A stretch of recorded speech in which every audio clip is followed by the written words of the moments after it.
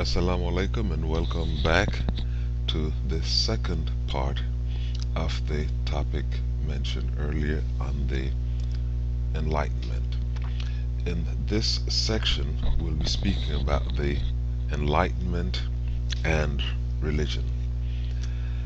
The first topic we'd like to bring to your attention is the topic of deism.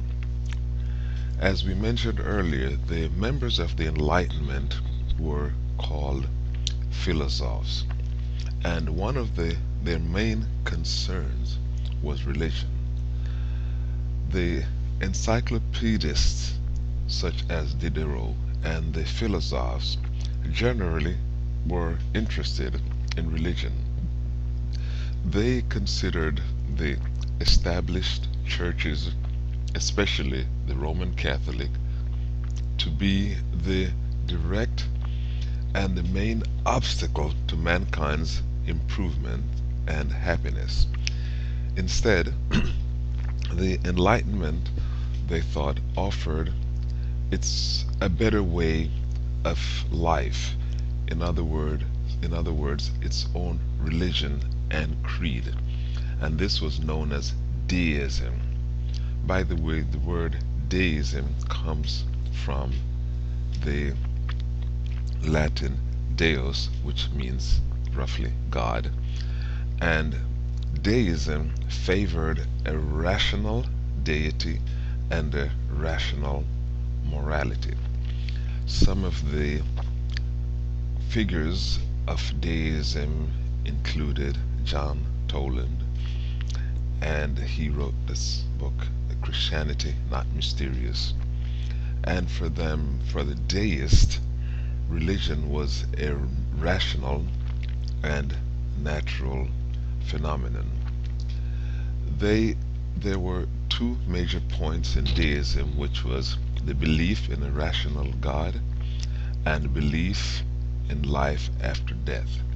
But at the same time, deism was considered to be very tolerant and practical, empirical, practical, and reasonable. Let us turn our attention to a concept in deism, which is toleration. As we mentioned earlier, Voltaire was one of their chief proponents, and they were very interested in social conditions and the social conditions through the establishment of a form of religious tolerance. The philosophers, however, were not just interested in religion in terms of belief. It was because of values, and they promoted humanity and secular values. Through reason, they thought, man could discover laws in human relationships similar to those of physical nature. This is an idea from this idea formed the basis of social sciences in the 19th century, and the philosophers hoped that by discovering social laws they could remove inhuman practices and institutions. As we said, toleration was a major concept of belief among the deists, and they very much promoted secular values. Following is the chronology of events that took place during the Enlightenment, and very important dates of the Enlightenment. Let us turn our attention to a very important and relevant topic here, which is Islam and the Enlightenment. Now, for many deists, Islam was seen as a rival to Christianity. Many of them did not really, of course, understand Islam as a continuation of all the teachings of previous prophets and messengers. Some of them accuse Islam as a false religion. Now, for others, Islam was criticized and a cultural basis. We see that even today that people criticize Islam because of their misunderstanding of the values of Islam.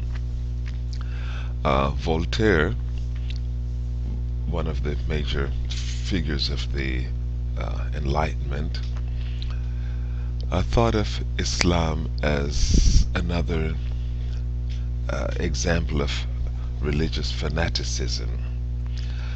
Of course, I'm sure this is something many people even say even today.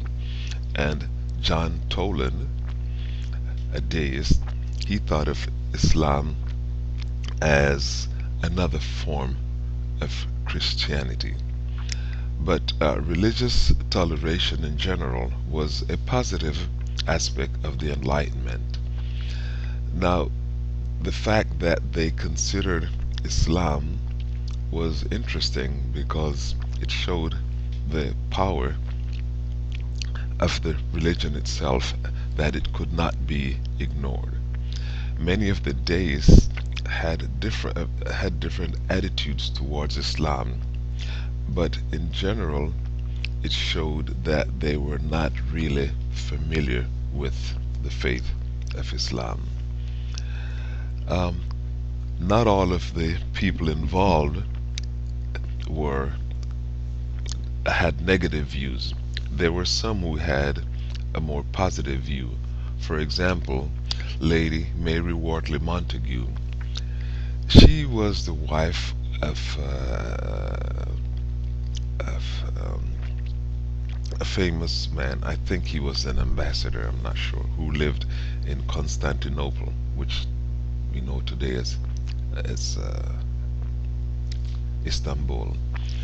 And she published a book.